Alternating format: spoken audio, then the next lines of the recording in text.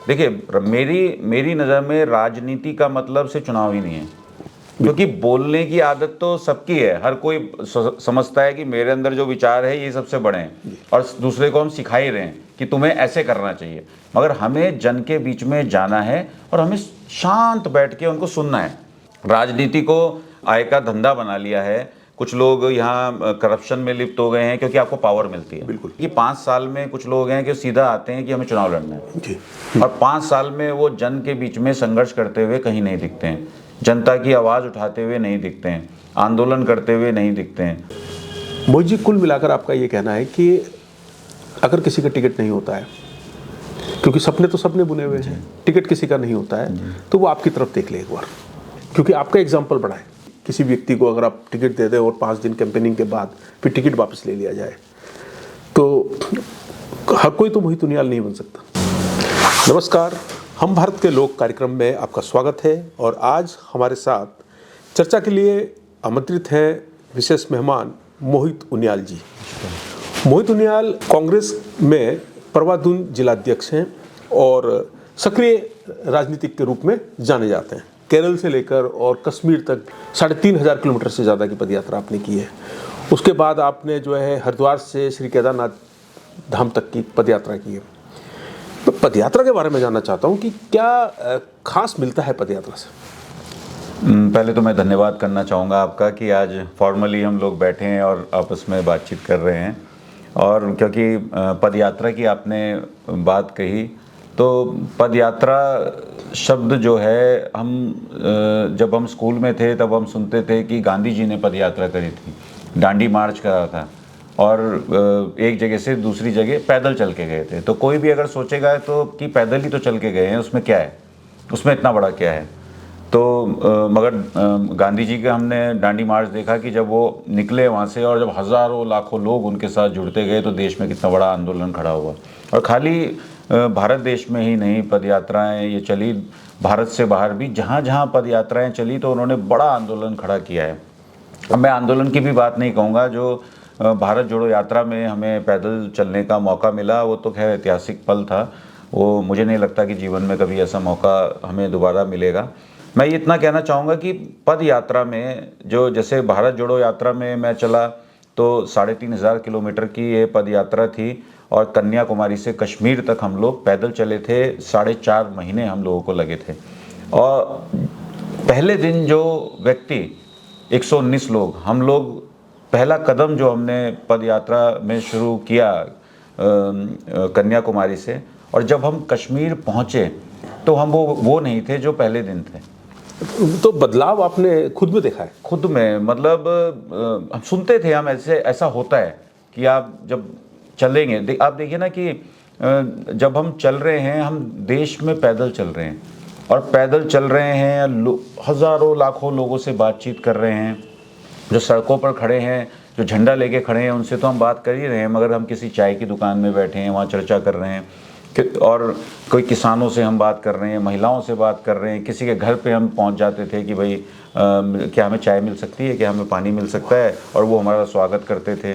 तो गाड़ी से तो हम पूरा अगर देश घूम भी लें, मगर जब आप पैदल चलते हैं तो एक एक कदम जो आप आगे चल रहे हैं तो इस देश से जुड़े हैं, देश की मिट्टी के साथ आप जुड़ते हैं, तो वो अलग ही एहसास होता है। और मैं अपना एक एक्सपीरियंस बताना भी चाहूँगा कि जब हम मध्य प्रदेश पहुँचे थे, महाकाल की भूमि में जब हम पहुँचे थे, तो मुझे एक संत रास्ते पे मिले थे।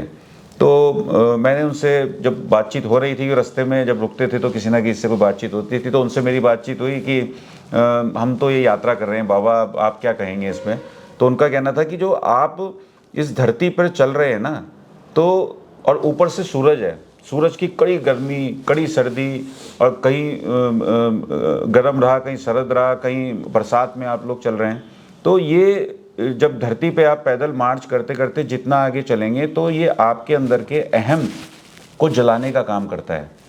तो इसलिए जो पहले दिन आप चल रहे हैं और आखिरी दिन चलेंगे तो अपने में बदलाव आप पाएंगे। तो यही भारत जोड़ो यात्रा का था। और दूसरा, हम लोग ग्राम यात्राएं तो करते ही हैं। अच्छा, जो पूरी, क्योंकि आपने गांव से लेकर शहर और फिर पूरे देश की यात्रा आपने की है जी, कितना बदलाव खुद के भीतर देखते हैं, और आपकी जो राजनीति है उसमें कितना बदलाव देखते हैं?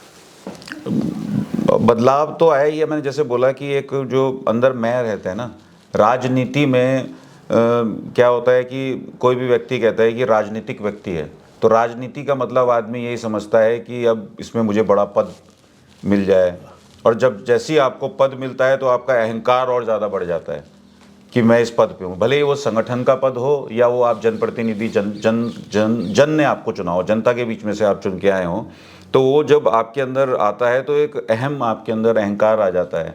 तो राजनीति का मतलब सब लोग जो मेरी नज़र में है वो यही समझते हैं कि पद, प्रतिष्ठा और पैसा, पद के साथ प्रतिष्ठा आती है और फिर वो पैसे के पीछे भागते हैं। पैसे के पीछे, क्योंकि वर्तमान में जो राजनीति का जो परिदृश्य है वो लगभग ऐसा ही है जैसा कि आप अभी बता रहे हैं। जैसे कि मोहित जी, आपको 2 दशक से ज़्यादा हो गए हैं राजनीति में, और कांग्रेस की राजनीति से आप जुड़े रहे हैं। पहले छात्र विंग में रहे हैं, फिर युवा कांग्रेस में आप आए हैं, और आपने उत्तराखंड ही नहीं, आपने नगर ही नहीं, आपने देश भर में कई राज्यों में आप प्रभारी भी रहे हैं, छात्र विंग के रहे हैं, आपने कई बड़ी यूनिवर्सिटीज़ में इलेक्शन भी कराए हैं, और युवा कांग्रेस में भी आप जो है, और मेन बॉडी में भी आप प्रवक्ता रहे हैं कांग्रेस के।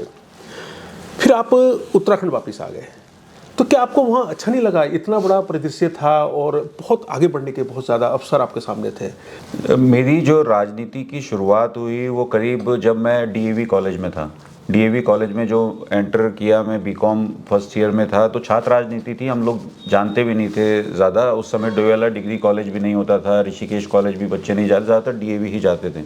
तो वहाँ जब मैं जुड़ा इस राजनीति में, और डोईवाला चौक से हम लोगों ने राजनीति शुरू करी। डोईवाला इस चौक पे ही हम लोग जो प्रोटेस्ट करना है, एजिटेशन करना है, प्रदर्शन करना है, या कॉलेज की बच्चों की मांग उठानी है, तो वो सब हम लोगों ने किया। तो ऐसा राजनीति में मेरी एंट्री कोई सोच समझ के नहीं हुई थी कि मुझे कोई राजनेता बनना है, मुझे कोई बड़ा लीडर बनना है, मुझे चुनाव लड़ना है। वो ऐसे ही चलते चलते मैं छात्र संगठन से जुड़कर फिर जिला स्तर से प्रदेश स्तर और केंद्रीय स्तर पर मुझे जो संगठन में जिम्मेदारी मिली, तो दूसरे प्रदेशों में, चाहे भारतीय राष्ट्रीय छात्र संगठन एनएसयूआई में 9 राज्यों में एज अ प्रभारी काम करने का मौका मिला। इंडियन यूथ कांग्रेस में मैं नेशनल सेक्रेटरी रहा। तो बाहर बहुत काम किया, करीब 8-9 साल में बाहर काम किया। और जड़ें तो हमारी यहीं थी ना, जहाँ से शुरुआत करी थी। देखिए, मेरी नज़र में राजनीति का मतलब सिर्फ चुनाव ही नहीं है।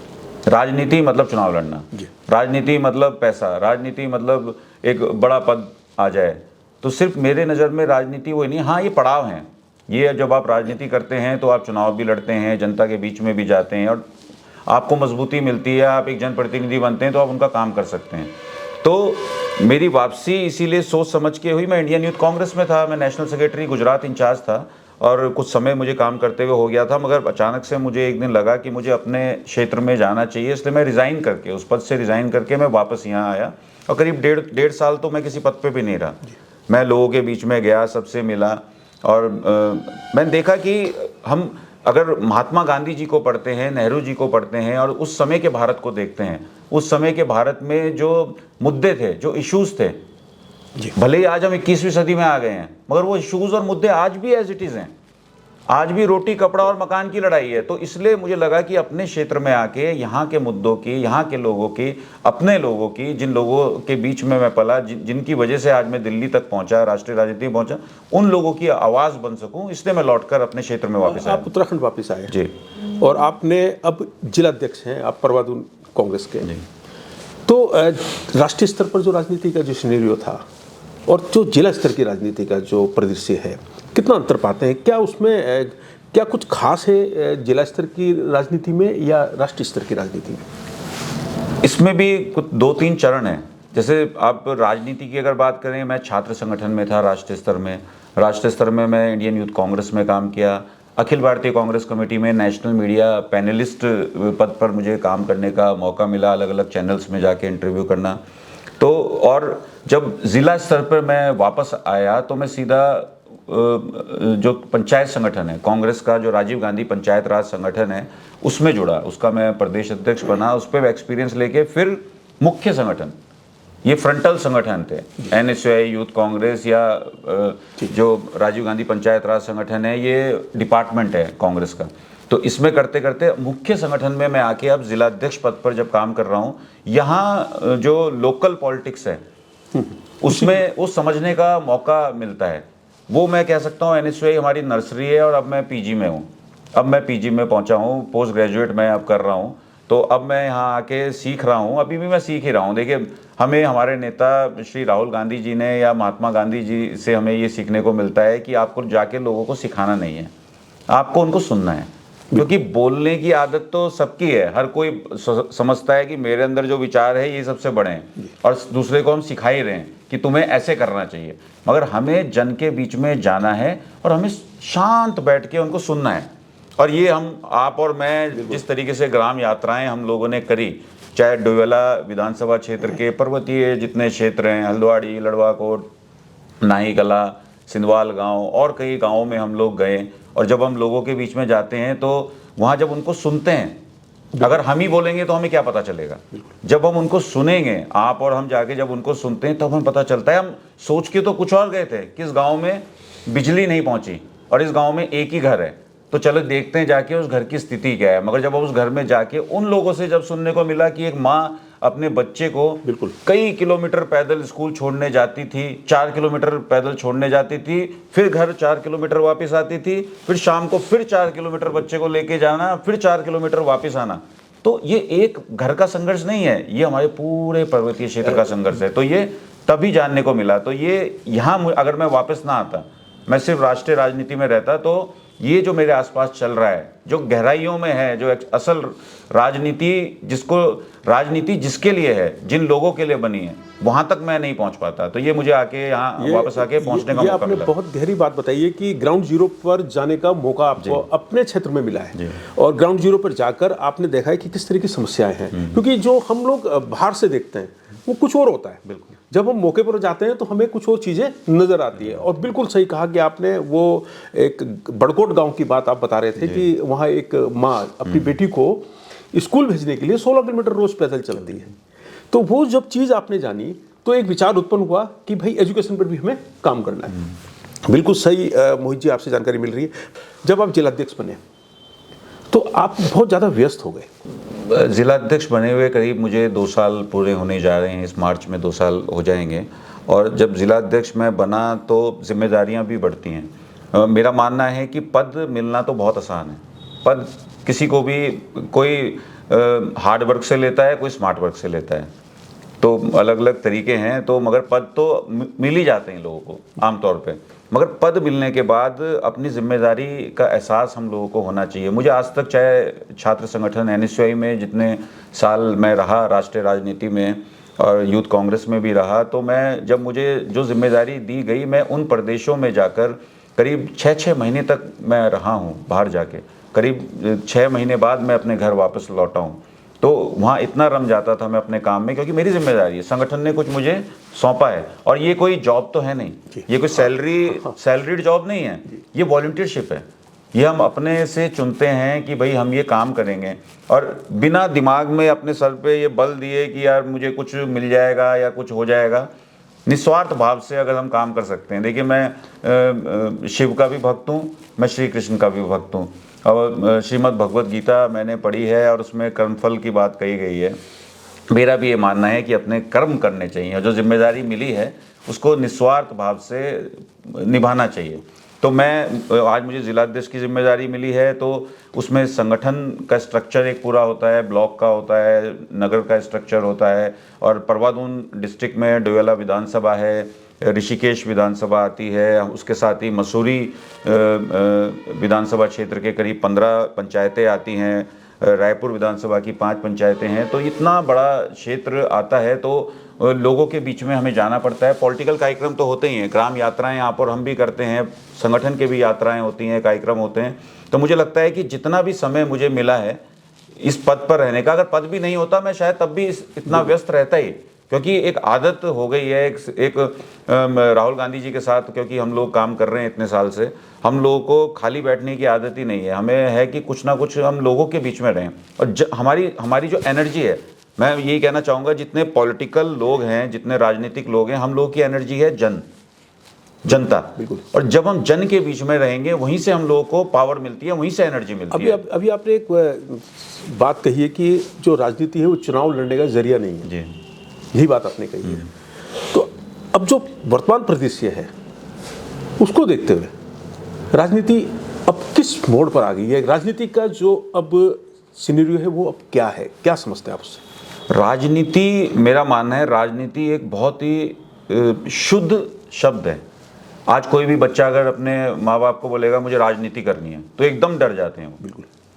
कि नहीं नहीं बेटा, राजनीति नहीं करनी, तू ये जॉब कर, तू इंजीनियरिंग कर, तू डॉक्टर बन, या तू अपना बिजनेस कर ले, या ये कर ले, मगर राजनेता नहीं बनना है। अब स्कूल क्यों जाते हैं? स्कूल इसलिए तो जाते हैं ना कि मैं पढ़ाई करूँगा, अच्छी पढ़ाई करूँगा, अच्छे मार्क्स लाऊंगा, बढ़िया नौकरी मिलेगी, नौकरी मिलेगी तो बढ़िया पैसा आएगा, पैसा आएगा तो अच्छा घर बनाऊंगा, शादी करूँगा, फैमिली देखूंगा, ये लोगों का सपना रहता है। और राजनीति में भी आके फिर यही सपना सबका होगा कि मैं, कि मगर यहाँ सब कुछ अनिश्चित है। यहाँ सब, यहाँ आपका सक्सेस जो इसको आप मानते हो कि मैं बड़ा नेता बनूंगा या किसी पद पे पहुंचूंगा, 0.0% आपका सक्सेस रेशियो है इस राजनीति में। अगर आप कुछ सोच के आ रहे हैं कि मुझे कुछ मिल जाएगा, नहीं तो फिर राजनीति को आय का धंधा बना लिया है। कुछ लोग यहाँ करप्शन में लिप्त हो गए हैं क्योंकि आपको पावर मिलती है। बिल्कुल। जन आपको पावर देता है, उस जनता के बीच से ही आपको पावर मिलती है। आप चुन के आते हैं, आप किसी पद पे जनप्रतिनिधि बनते हैं, फिर आप इधर उधर से पैसा इकट्ठा करना शुरू करते हैं। तो राजनीति की ये सोच बन चुकी है लोगों के, ज़्यादातर लोगों के मन में। मगर मेरा ही मानना है कि राजनीति ही इस देश को चला रही है। और राजनीति सिर्फ पॉलिटिकल लोगों के बीच में ही राजनीति नहीं, हर घर में राजनीति है, किचन में राजनीति है, सास बहू के बीच में राजनीति है, दोस्तों के बीच में राजनीति है, मित्रों के बीच में राजनीति है, परिवारों के बीच में राजनीति है। राजनीति तो आपका एक एक सांस जो आप ले रहे हो, इसमें हर किसी में राजनीति है। तो हम जो राजनीति कर रहे हैं, हम जो आज मैं राजनीति कर रहा हूँ, मैं कांग्रेस संगठन के साथ जुड़ा हूँ, मगर मेरा ये मानना है कि राजनीति का मतलब है चेंज, बदलाव। उस बदलाव के लिए आप कितना काम कर रहे हैं, वो मेरी राजनीति है। और मेरी राजनीति में चुनावी राजनीति और ये सिस्टम ज़्यादा बड़ी भूमिका नहीं रखता। मुझे भी, मैं अगर ऐसा कहूँगा, कई लोगों को लगेगा कि फिर ये चुनाव क्यों लड़ना चाहता है भाई। ठीक है, वो मेरा पड़ाव है, वो मेरा आखिरी एम नहीं है। चुनावी राजनीति मेरा सिर्फ पड़ाव है। मुझे लगता है कि अगर मैं जनप्रतिनिधि बन के आऊँगा तो जो मैं मुद्दे उठा रहा हूँ उसके लिए मैं और बल से लड़ाई लड़ सकता हूँ। मगर मैंने वो लोग भी देखे हैं जो विधायक हैं, सांसद हैं, मगर तब भी वो लड़ाई नहीं लड़ पा रहे हैं जो वो करना चाहते थे। नगर पालिका का चुनाव की अधिसूचना जारी हो गई है और डोईवाला जो नगर पालिका है, यहाँ पर बहुत असमंजसता की स्थिति है कि किसको टिकट मिलेगा और कौन जीतेगा। ये तो बात की बात है, पर टिकट किसको मिलेगा? अगर मैं कांग्रेस की बात करता हूँ, क्योंकि आपसे तो कांग्रेस की ही बात करनी है। आप देखिए कि चुनाव में प्रत्याशियों के चयन के लिए एक पूरा प्रोसेस होता है, संगठनों का एक प्रोसेस होता है, कांग्रेस संगठन का भी एक पूरा प्रोसेस है, जिसको में हम लोगों ने दावेदारी सबसे ली थी। 16 और 17 तारीख को ही हमने, चाहे वो अध्यक्ष पद हो डोईवाला नगर पालिका के लिए, चाहे सभासद पद हैं, उनके लिए आवेदन सबने किया था। और उसमें अध्यक्ष पद पर 12 आवेदन हमारे पास आए थे और सभासद पद पर करीब 62 आवेदन, 20 वार्ड से 62 आवेदन हमारे पास आए थे। और इसके पश्चात जो हमारे ज़िले के प्रभारी हैं, देहरादून ज़िले के प्रभारी श्री प्रकाश जोशी जी, वो डोईवाला पहुँचे थे, प्रभादून कांग्रेस कार्यालय में पहुँचे थे और पूरे दिन उन्होंने 1 to 1 एक जो कैंडिडेट है उनसे साक्षात्कार किया, उनसे बातचीत करी, उनका क्या एक्सपीरियंस है रहा राजनीति में, कांग्रेस संगठन में उनकी भागीदारी क्या रही, जन के बीच में क्या भागीदारी रही, उन सब का एक साक्षात्कार उनका हुआ है। और अब आज ही एक पैनल बनकर, करीब 3 लोगों का पैनल बनकर प्रदेश कार्यालय को सौंपा जाएगा। और आज शाम हम लोगों की बैठक है, शाम को 6 बजे प्रदेश कार्यालय में श्री प्रकाश जोशी जी के साथ, और उसके बाद पैनल आगे भेज दिया जाएगा। तो मुझे लगता है कि 1-2 दिन में जो प्रत्याशी हैं उनकी घोषणा हो जाएगी। अच्छा, किसी एक प्रत्याशी के चयन के लिए क्या खास चीज़ें देखी जाती हैं कि जो है ये प्रत्याशी हैं, ये दावेदारी कर रहे हैं, तो उनका क्या किस किस एंगल पर उनको चेक किया जाता है सर? प्रत्याशी चयन की जो प्रक्रिया है, एक तो सब जानते ही हैं कि कांग्रेस संगठन से वो टिकट मांग रहे हैं, तो संगठन में उनका क्या एक्सपीरियंस रहा, कितना समय संगठन के कार्यक्रमों में उन्होंने दिया, हर कार्यक्रम में वो एक्टिव रहे, और कहीं दूसरे संगठन के साथ उनका कोई संबंध तो नहीं है, कोई ऐसी कोई एक्टिविटी में वो इन्वॉल्व तो नहीं है, इसकी पूरी स्क्रूटनी की जाती है। और क्योंकि डोईवाला नगर पालिका क्षेत्र है, इसमें हम, मेरा खुद का गृह क्षेत्र है, तो इसमें हम पर्सनली भी एक एक व्यक्ति को जानते ही हैं कि किसके कौन कब से संगठन में जुड़ा है और क्या कर रहा है। और इसके अलावा जो हम लोग देखते हैं संगठन में प्रत्याशी चयन के लिए, उसमें कि जनता के लिए वो क्या कर रहे हैं, जन के लिए, जन की मुद्दों के लिए वो क्या आवाज़ उठा रहे हैं। क्योंकि हम एक चीज़ देखते हैं कि 5 साल में कुछ लोग हैं कि सीधा आते हैं कि हमें चुनाव लड़ना है जी।